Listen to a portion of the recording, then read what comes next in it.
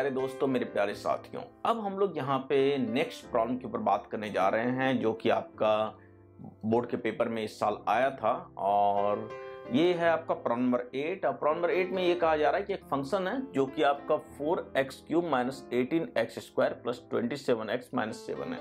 और ये कहा गया कि भाई कि ये प्रॉब्लम जो है इन ऑलवेज इंक्रीजिंग होगा ऑन r। तो इसका अप्रोच क्या होता है? कोई भी यदि इंक्रीजिंग फंक्शन होती है तो पहले उसका डेरिवेटिव लेते हैं f' और देखते हैं कि f' ग्रेटर देन 0 है या नहीं है। और यही हमें प्रूव करना है कि f' ग्रेटर देन 0 है on real number r।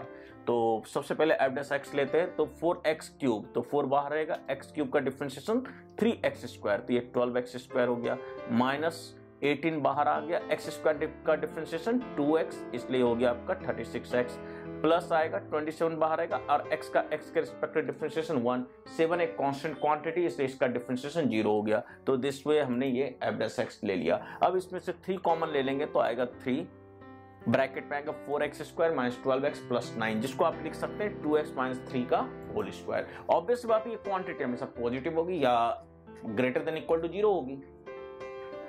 x equal to 3/2 पे f' 0 होगा, अदरवाइज हर एक x की वैल्यू के लिए it will be always greater then 0। तो हमने ये प्रूव कर दिया कि एक रियल नंबर r के लिए for x belongs to real number r, x belongs to r के लिए ये बिलोंग्स टू r का है, और x बिलोंग्स टू r के लिए यहाँ पे आपका ये f' always greater than equal to 0 होगा। यहाँ पे मैं x भी लिख देता हूँ ताकि आपको दिक्कत ना आए। It will be x belongs to r के लिए f' will be always greater than equal to 0। ये हमने प्रूव कर दिया और इससे प्रूव हो गया कि भाई कि ये फंक्शन f(x) क्या होगा, इंक्रीजिंग फंक्शन होगा, राइट।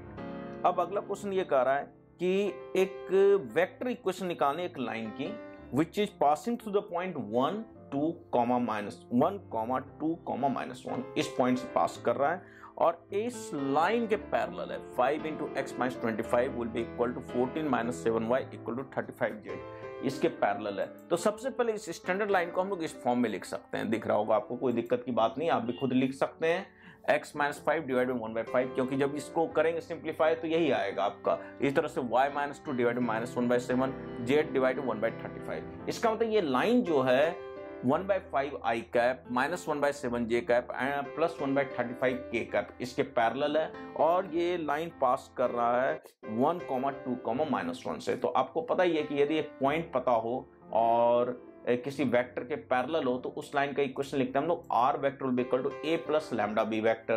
तो b वेक्टर क्या हो गया? b वेक्टर यही हो गया आपका 1/5 i cap minus 1/7 j cap plus 1/35 k cap, और जिस पॉइंट से पास कर रहा है वो आपका i cap plus 2j cap minus k cap है।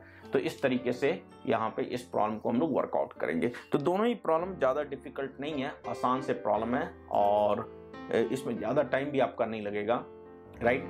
अब हम लोग अगले प्रॉब्लम के ऊपर प्रोसीड करते हैं।